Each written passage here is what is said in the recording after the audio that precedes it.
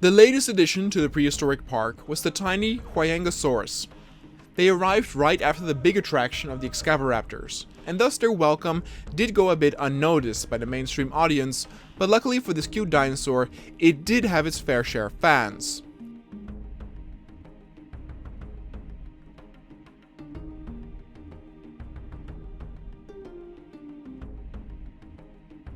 In some children's eyes, they looked like the offspring or a young Stegosaurus, and their bright color palette definitely made them more attractive and engaging for a younger audience.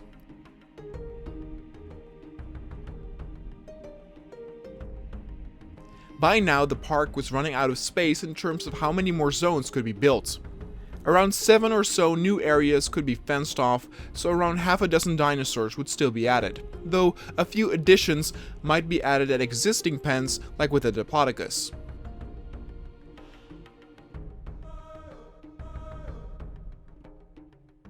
The Huayangosaurus got their own living area though, especially since they were a bit skittish and required a sealed off spot where they felt completely at ease.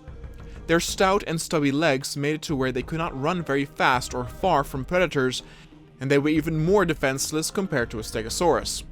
Sure, they had more spikes instead of the crests along their backs, but missed the capability of hitting incoming danger with its tail swipe.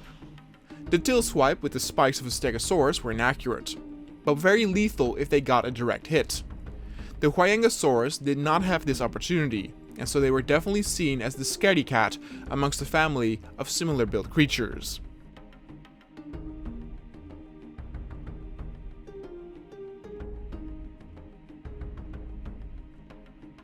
The moving and settling in of the dinosaurs went without any real hiccups as expected. Even though they were quickly scared or agitated, they were never really aggressive when they reached this state. They rather would run away and hide in the bushes, and of course the park's builders had taken this into account and provided a part of their living area with enough vegetation to where they could curl up if they needed a moment.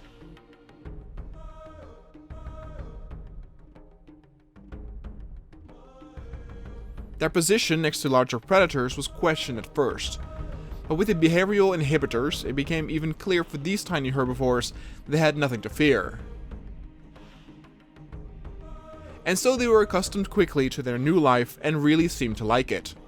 They were at ease, and thus the board members could already look ahead to what the next project would be.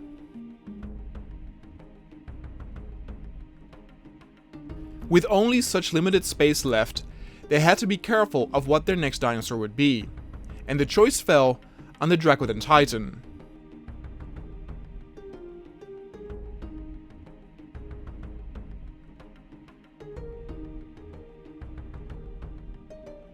This particular creature was a true marvel to behold. Initially, the zoo did not really want to welcome any hybrid dinosaurs in this particular park, but over the past months, the scientists had spliced and diced the creature's DNA to where they already came up with some very special dinosaurs. Whether they were the exotic-looking Ceratosaurus or the Styracosaurus, or something more specific like the Carnotaur, having the look from the Disney dinosaur movie. The epiphany, of course, were the Godzilla creation and the Excavaraptor, which greenlit the process in the final days of the park's build that a hybrid could be added as long as it wasn't a hybrid that the audience had seen before.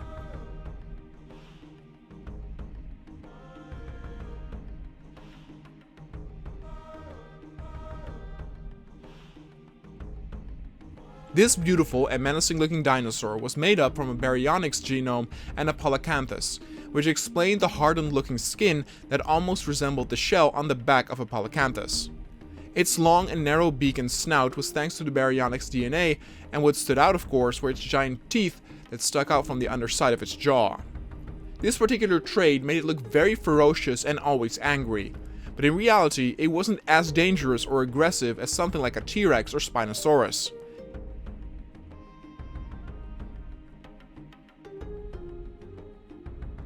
It was of course still very dangerous to us humans, but it definitely looked more evil than it actually was within the Dino Kingdom.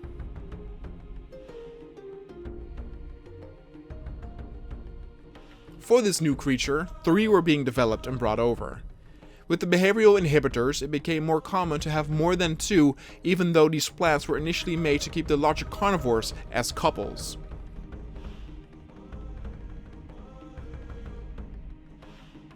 The color pattern definitely differed, but it was not a difference of day and night. In some ways, this creature even had somewhat of a camouflage color amongst the bushes, which was peculiar because they did not really rely on it.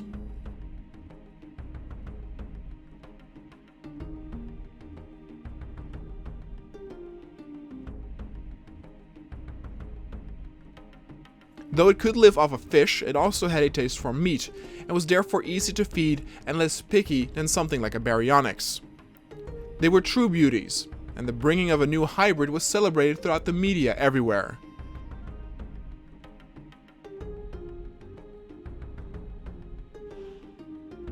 The only thing that was a little suspicious was that all three could be seen patrolling along the fence line, maybe being aware of their situation or plotting something. The scientists would keep an extra eye on them to see if the prohibitors properly worked. With the next dinosaur that would be added, the scientists resorted to another new species that had not seen the light of day during the days of the first zoo nor the safari park. The Proceratosaurus had been in the spotlight amongst the scientists for a long time, but would now for the very first time be presented to the public.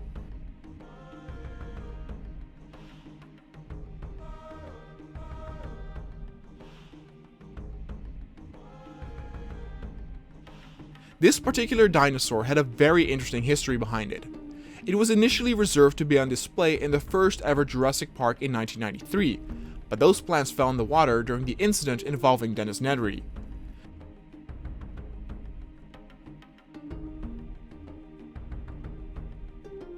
The first discoveries of this dinosaur were just a single skull fragment, and for the longest time it was thought that this dinosaur was related to the Ceratosaurus, which is where it got its name from. But only recent studies in the past 10 years have made it clear that it's more closely related to something like a tyrannosaur.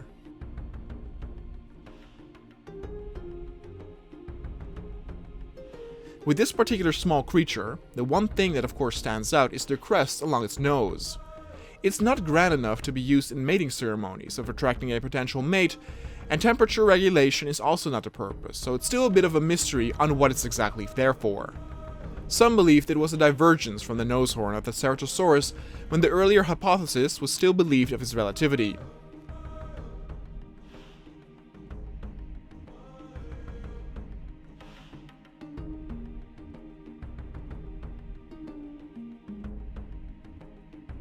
But what was very apparent here were the colorful patterns that each Proceratosaurus had. They looked very vibrant and exotic because of it. It was also a dinosaur that would frequently hunt alone for smaller prey, but could also be found to live in small packs. That latest fact made it to where 4 could be imported to the park, and the news and media was once again very hyped for this, even though the hybrid had just already been added. One of the reasons was of course because it was a natural dinosaur that was being welcomed, which would be a first glance for the visitors, which was rare these days.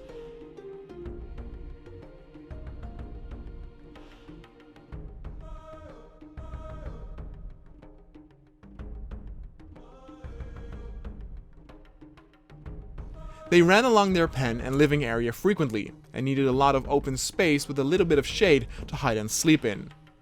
The way they ran around made them almost resemble something like a Gallimimus, and that resulted in a few researchers already preparing the next project in dinosaur.